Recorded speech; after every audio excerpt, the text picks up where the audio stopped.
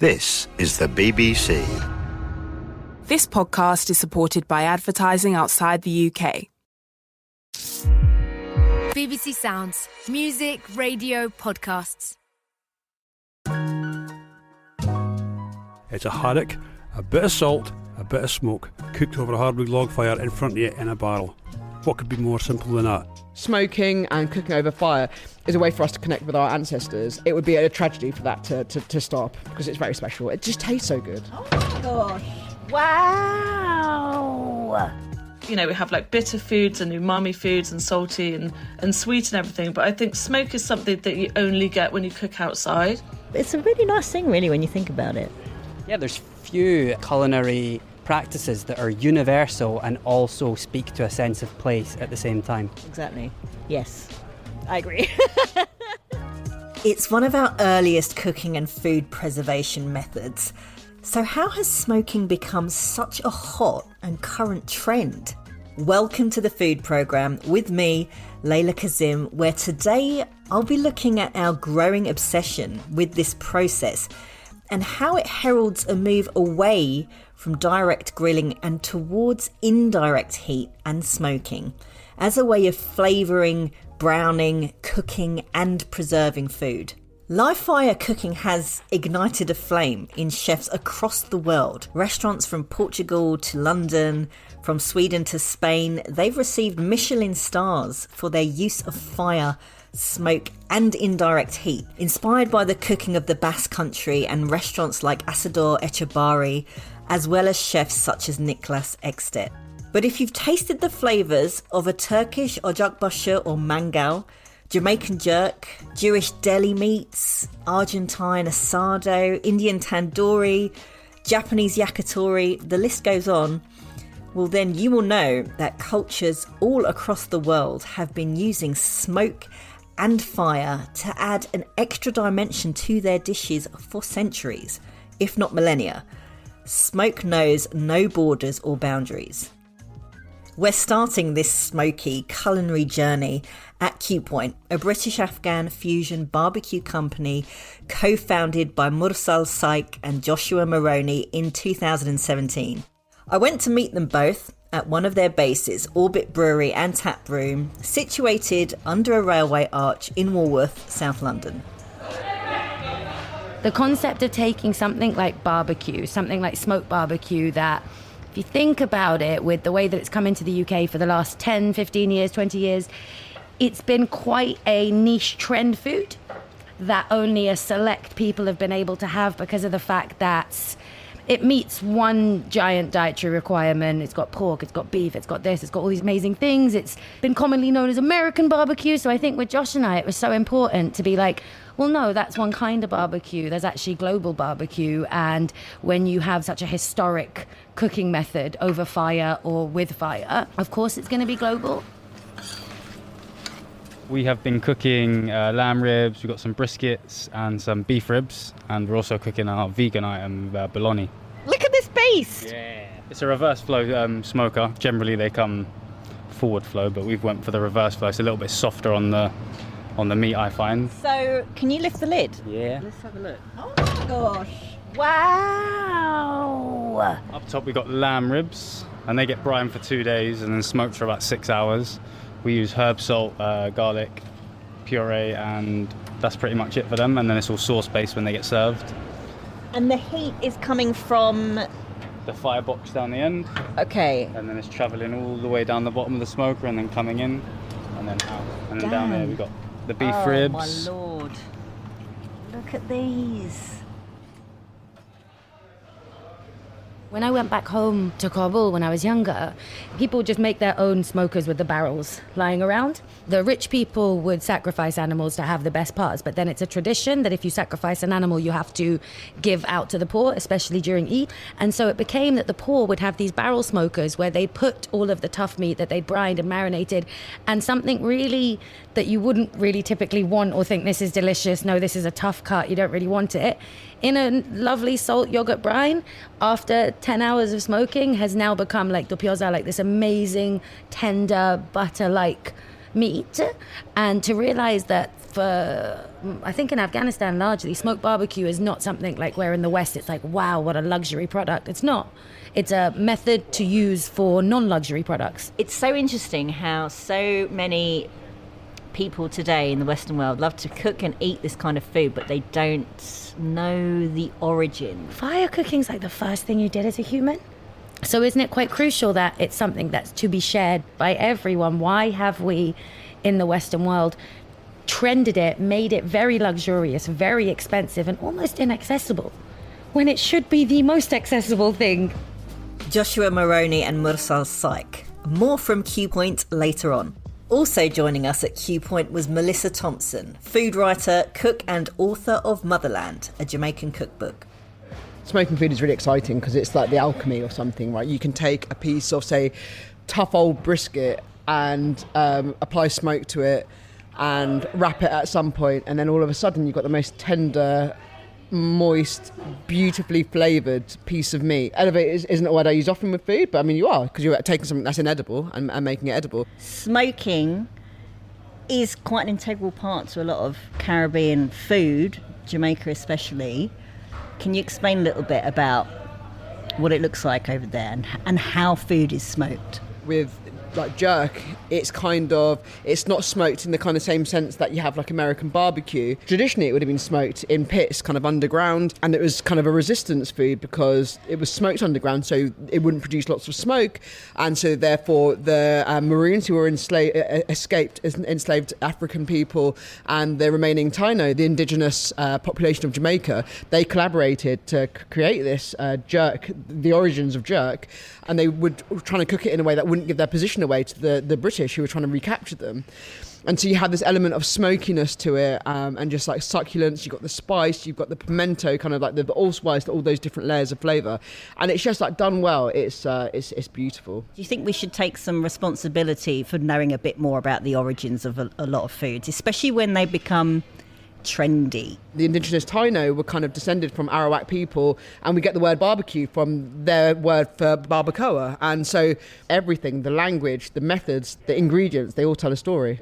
The problem for me, especially when you talk about Jamaican food, or a lot of the cultures that I think are quite like trendy and people get excited about them, are often cultures and societies who've constantly had information and wealth extracted from them without very little being put back.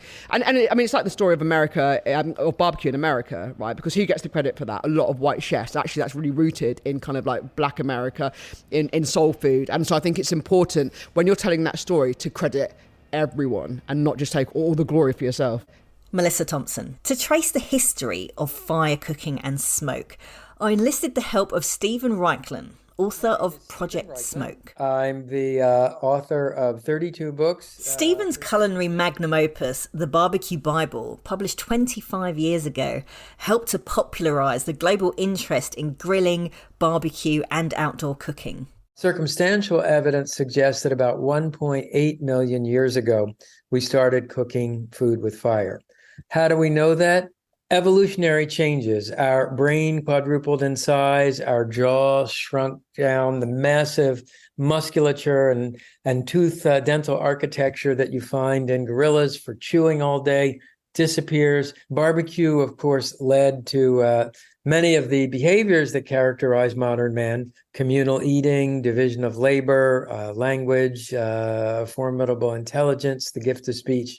You could truly say that barbecue begat civilization. Now, when did smoking come in? Well, I imagine at some very early point, human ancestors started draping meat over an upright wooden stake or a wooden crossbar downwind of a fire.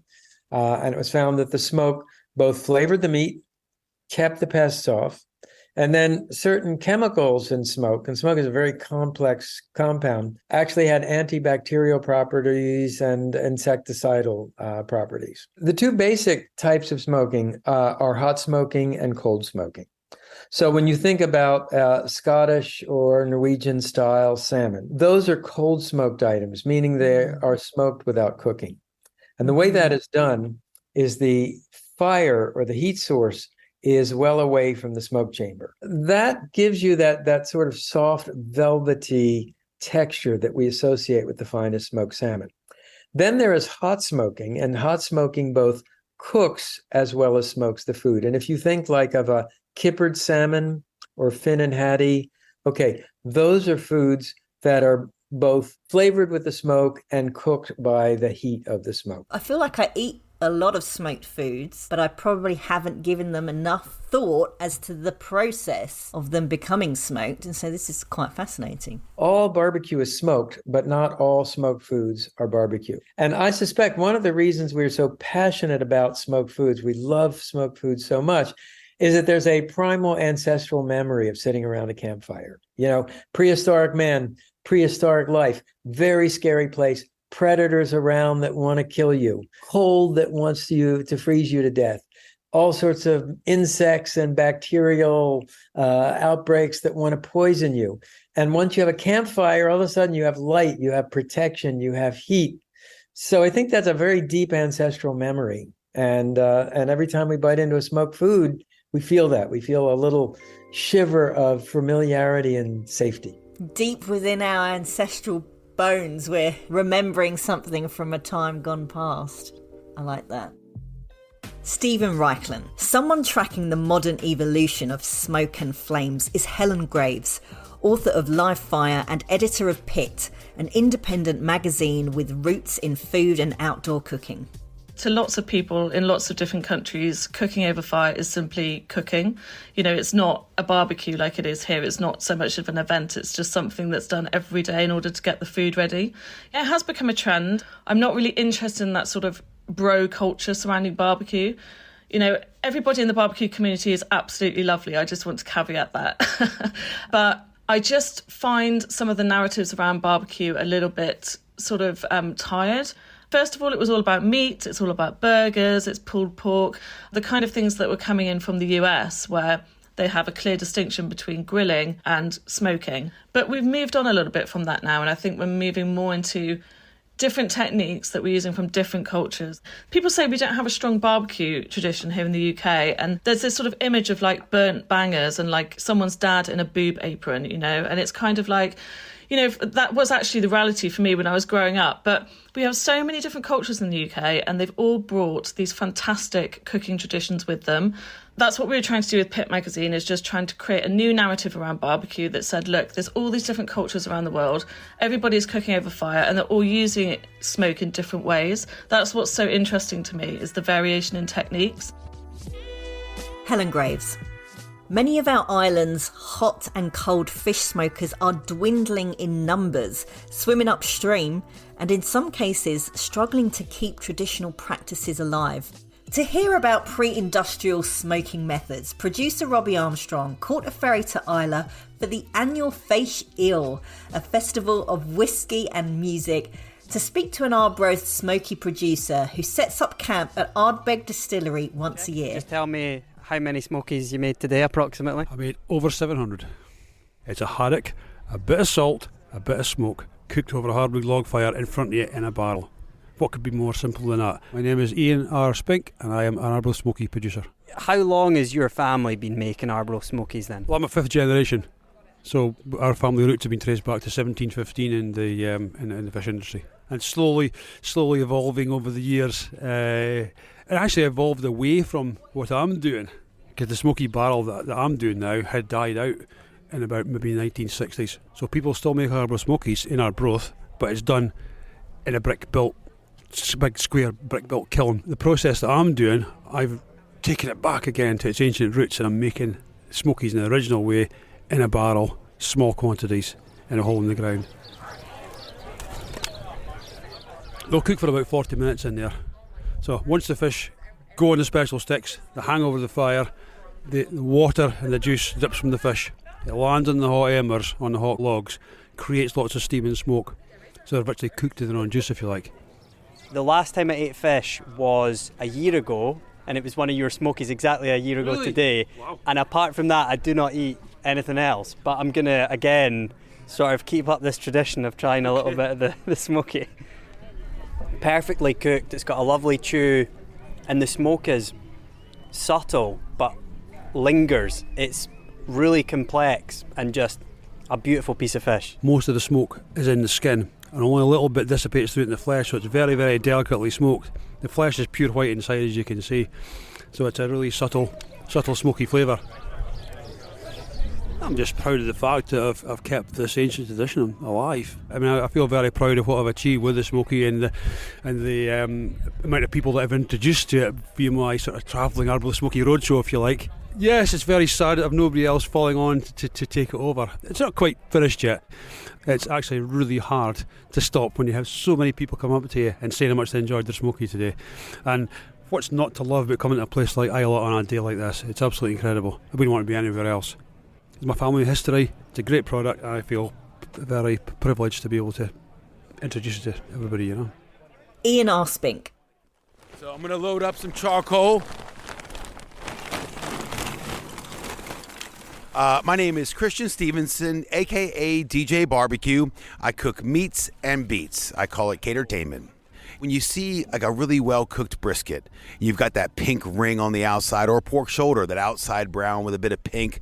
That's oxidation. That's what the smoke does. You don't have to buy these, big-ass smokers. You can buy like a price point kind of offset firebox smoker. But to tell you the truth, I just use like the classic kind of Weber kettle grill, and that's the one I use. I think I do 95% of my cooks in. And if I want to cook kind of slow and low, I just do indirect. And I think that's the key with smoking and slow cooking is don't put charcoal all the way under your grill. Like when I set up this grill I've got here, I'm only going to have like half of it with live fire charcoal with direct heat. The other side will be my medium heat, my low heat, my resting heat, I want temperature zones. I'm groove proof in my cooking. I see what you've done here, because you've got the coals at different intensities of heat, and you've got the onions and the fennel over here on the white coals that are maybe not quite as hot, not quite as smoky, and they're probably nearing done. And then you've got the meat in a slightly hotter part of the grill. Is this what you're doing? And the sort of smoke is just wafting up gently and cooking that like quite slowly? Yeah, because I'm trying to soften up the fennel. That's a medium heat. Right now we've got an intense heat building up because I want to build that crust up. I want those fats to render, because that fat, when it renders, is going to cascade all over the meat and make it taste awesome.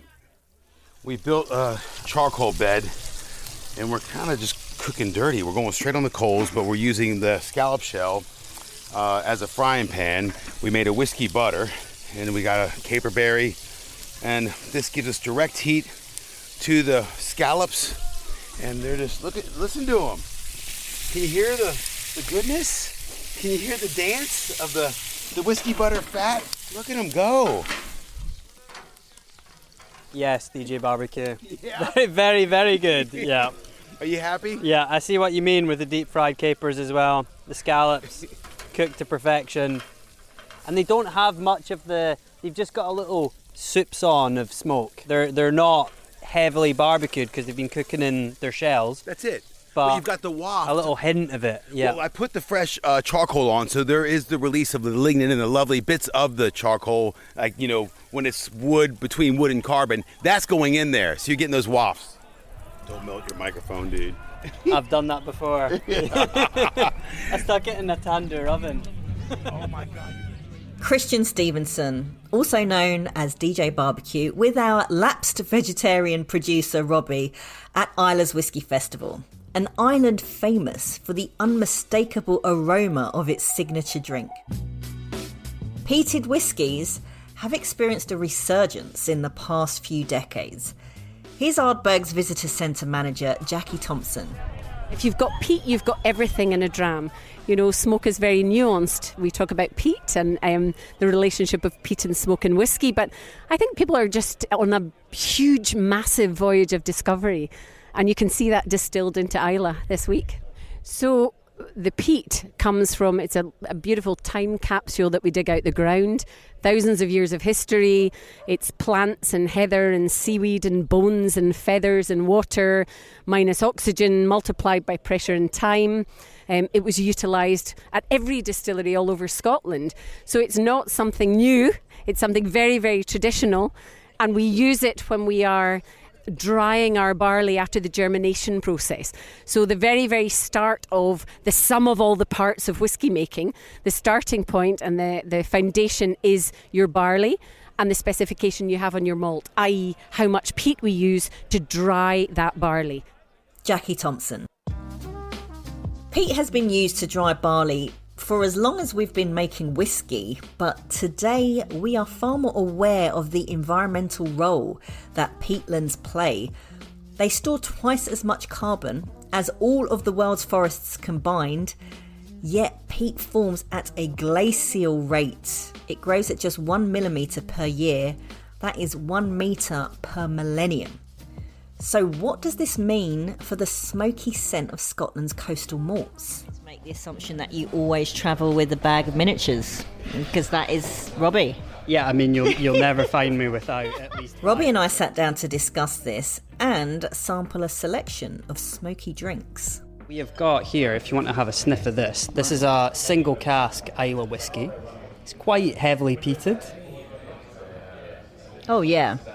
Ooh, that's nice. The smoke is there, it's really present, but it's quite subtle as well. Yeah. It's almost like a paradox. Are there other drinks that are smoked? I would say that peated whiskey is one of the most famous smoked drinks, but you've got lots of other drinks. This one here is Lapsang Souchong, which people probably know, and that is pine needle fire that you can smoke the tea leaves from Wui in the mountainous region of China.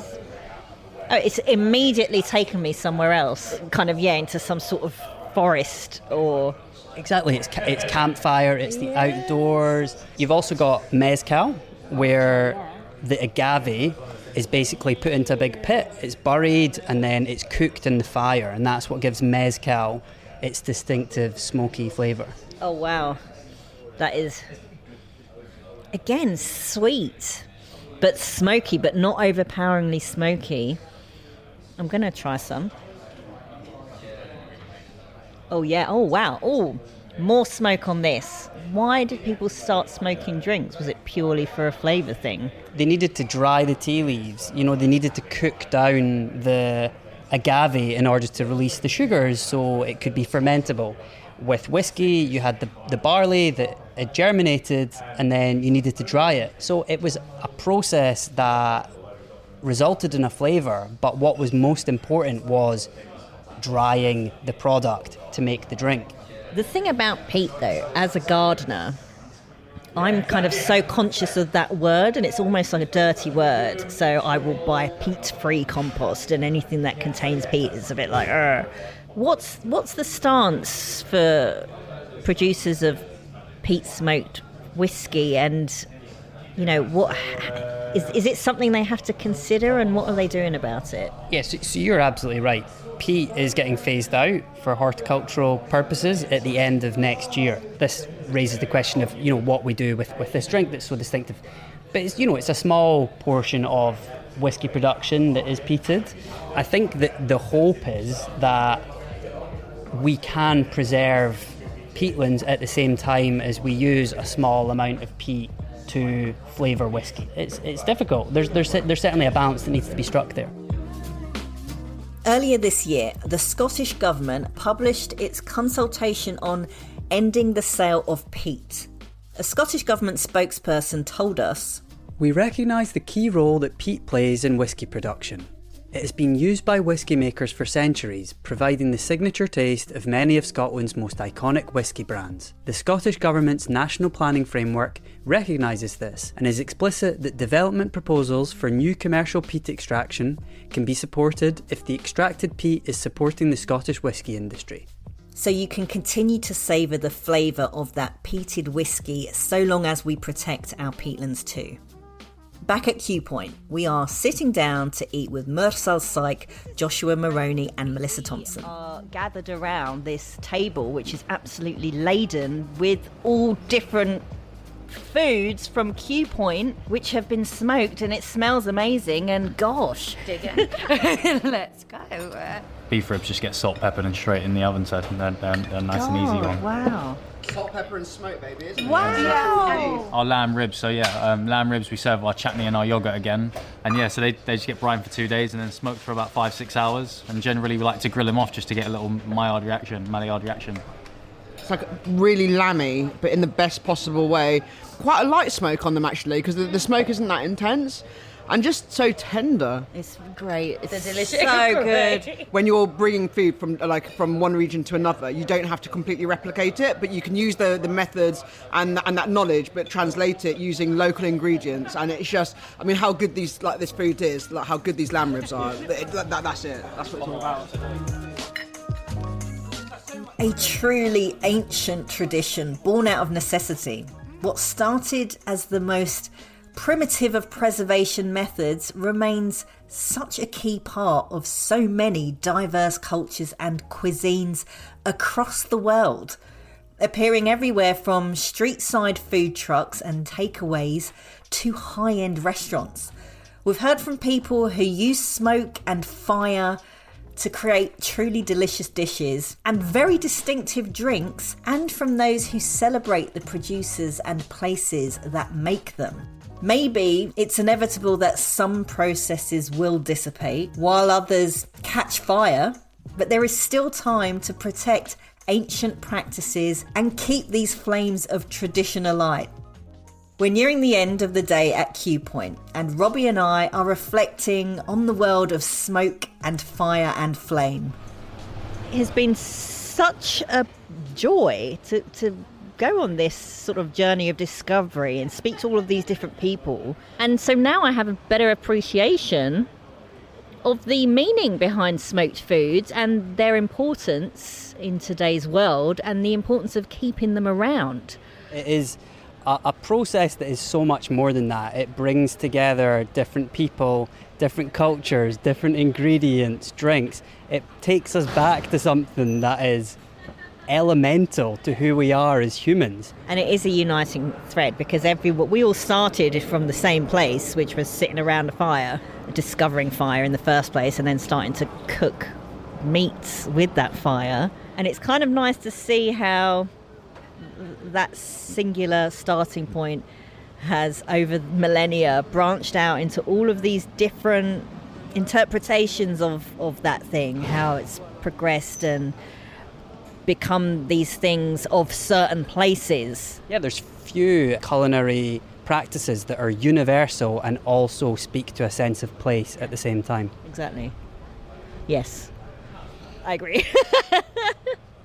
You can open that cap of whiskey or mezcal or be near the smoked food and you're immediately taken somewhere else, even if you're not in that place when you're enjoying it. It's kind of like a teleportation. But there you go. Smoke. Teleportation of the modern world. That's the title of the episode. Yeah, it's the past, present and future. Yeah. It's time travel and teleportation. That is what it is. Okay, I think you've had too much peaty whiskey. Maybe. Maybe it's time to call it a day, Robbie.